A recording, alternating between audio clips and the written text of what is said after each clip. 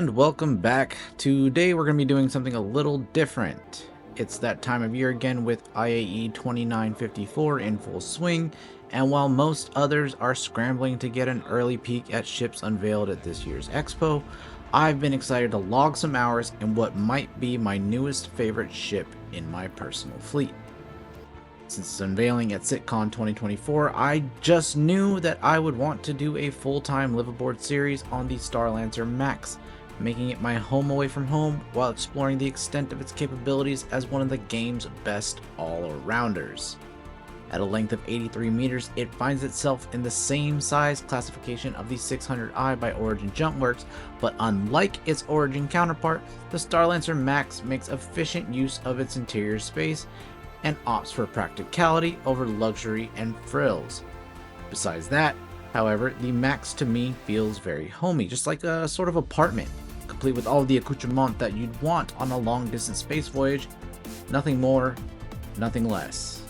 On top of that, it comes with 4 size 4 pilot-controlled guns and a large size 3 shield that I think would make it perfect for engaging with NPC enemies around the verse. Now, I do plan to do the majority of this little adventure solo, as it can be difficult to find friends who are regularly able to play, so I took the time to set up the Max accordingly. I had some size 4 attritions waiting in my hangar, so I swapped those in for the stock Rhino repeaters, and removed any other guns that would put a draw on the ship's power supply. I also went on to load a Nursa into the rear cargo hold / garage, just in case I found myself in the middle of any PvP action on the ground. Now, this little adventure is one part fun and one part experiment, and my aim is to see how easily someone could advance through the game using the Starlancer Max and nothing else. The reason being is that we have a wipe fastly incoming with 4.0 looming on the horizon. Resources are going to be limited, and we're going to have to start from mostly scratch to begin rebuilding our fortunes. As such, I had to establish some ground rules. Keep in mind, these rules were meant to emulate a wipe closely, but not 100%. The biggest deviation from these rules being the fact that I have attritions, as these would be far too expensive to purchase immediately after a wipe. But I digress.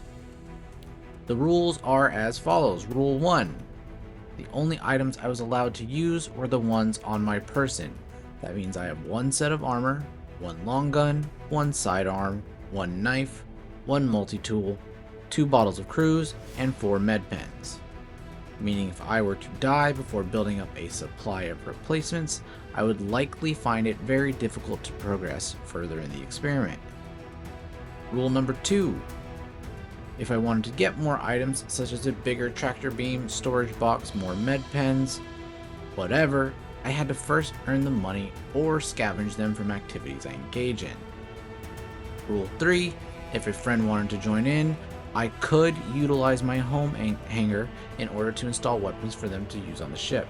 However, they are not allowed to supply this expedition with any other items. I'm only allowed to repair at space stations and planet-side vehicle service sites. I am not allowed to go to main cities in order to get these services. Finally, the success condition of this experiment is being able to purchase a heavy fighter with AUEC using only the money that I earn while in-game doing the experiment. I decided on the Scorpius from Robert Space Industries, meaning I would have to earn 5,216,400 AUEC. Now, of course, this could be done relatively easily by spamming ERTs and selling drugs, but I set one additional rule after I set the win condition. I am only allowed to do ERT bounties as 50% of my daily activities. The remainder would have to be made up of differing types of activities around the verse. With the rules in place, I'm ready to set off. I set off from my starting point on Yela and grabbed up the first ERT that was available. Lucky for me, it was in the asteroid belt surrounding Yela, meaning that if I was successful, there was a pretty decent chance of being able to get a good cargo haul out of the ships, as they wouldn't fall to a planet's surface and blow up. So I made my way to the last known enemy position, and upon my approach, I realized this was the first ERT I had done within this ship without a support crew manning the top turrets. Unsure of my impending fate, I continued towards my target destination. As expected, 4 targets appeared, and as soon as I was within range, I realized it probably wasn't the best idea to joust with a small fleet of large, heavily armed opponents. Moving off to the side, I had an accidental collision with the enemy Corsair because I was in third-person mode and had no idea where it was. Luckily, my ship was not destroyed, but on my way back around, I noticed that among the enemies was an 890 jump. Nervous about its recent buff, I decided to take on the smaller ships, first starting off with the Corsair. I knew its forward-facing size 5s were a force to be respected, yet to my surprise, I quickly pushed it into a defensive posture and sealed its fate shortly thereafter. Moving on to one of the Starlifters, I focused on its rear engines and found my quad size 4 attritions were more than enough to melt down its shields and bust through its hull. Next item on the menu was brought to you by Origin Jumpworks. I quickly switched over to the 600i and laid down consistent fire across its top deck.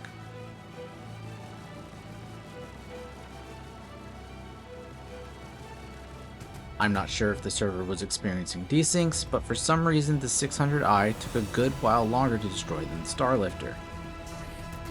Finally, with the 600i down, I moved on to the 890 jump, which seemed to want to ram me shortly after I engaged on it. Luckily for me, it isn't difficult to dodge such a large, slow-moving object, and after repositioning, I managed to stay on its top rear flank before transitioning to its vulnerable engines, which were now without shields.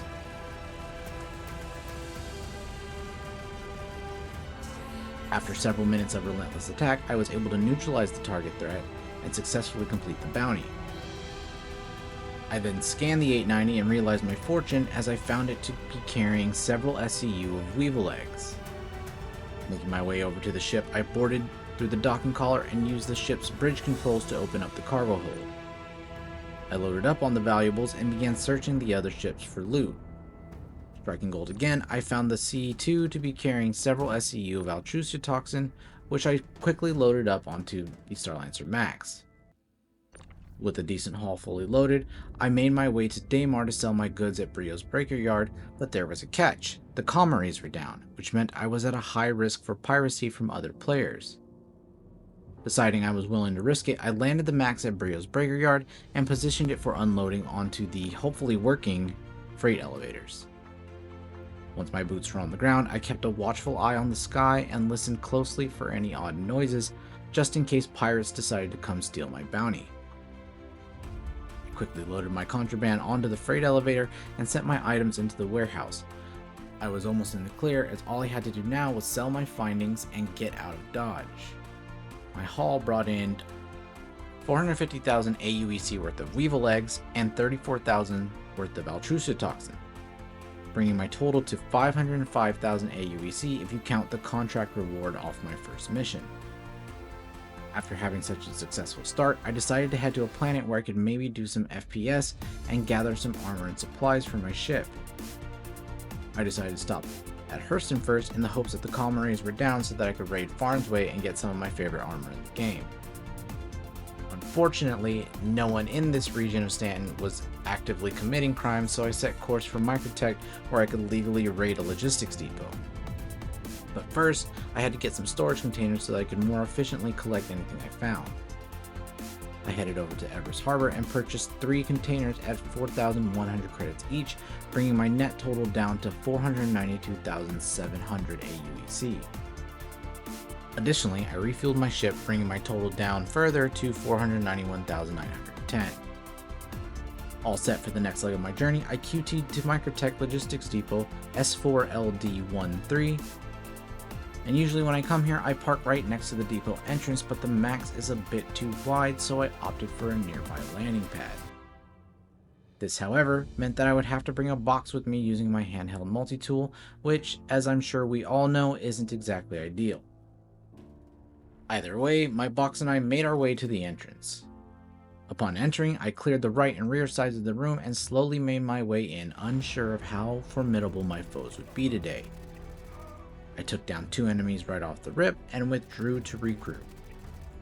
Moving up the right side, I was once again faced with several enemies, this time taking damage and incurring a Cat 3 injury. Still, I pressed on, knowing that I did have a respawn point just a few hundred meters away. This time, moving up with the intent of clearing the left side of the entryway, I began getting hit by enemies that I couldn't see.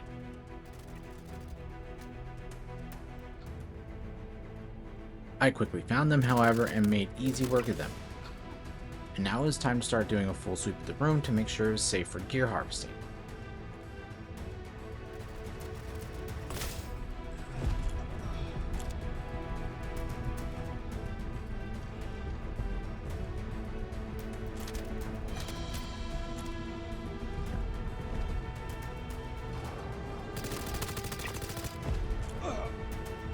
A few more bodies down, I moved quickly to pile several corpses near the front entrance where I left my storage container.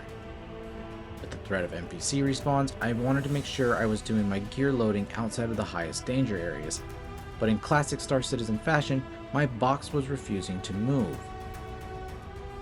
After several attempts, I did get the box to move a little bit, only to watch it fall through the map just a few feet away from my pile of corpses. I quickly made my way back to my ship to grab a backup box, but much to my dismay, the server performance began to degrade and the global chat began confirming that a 30k was likely incoming.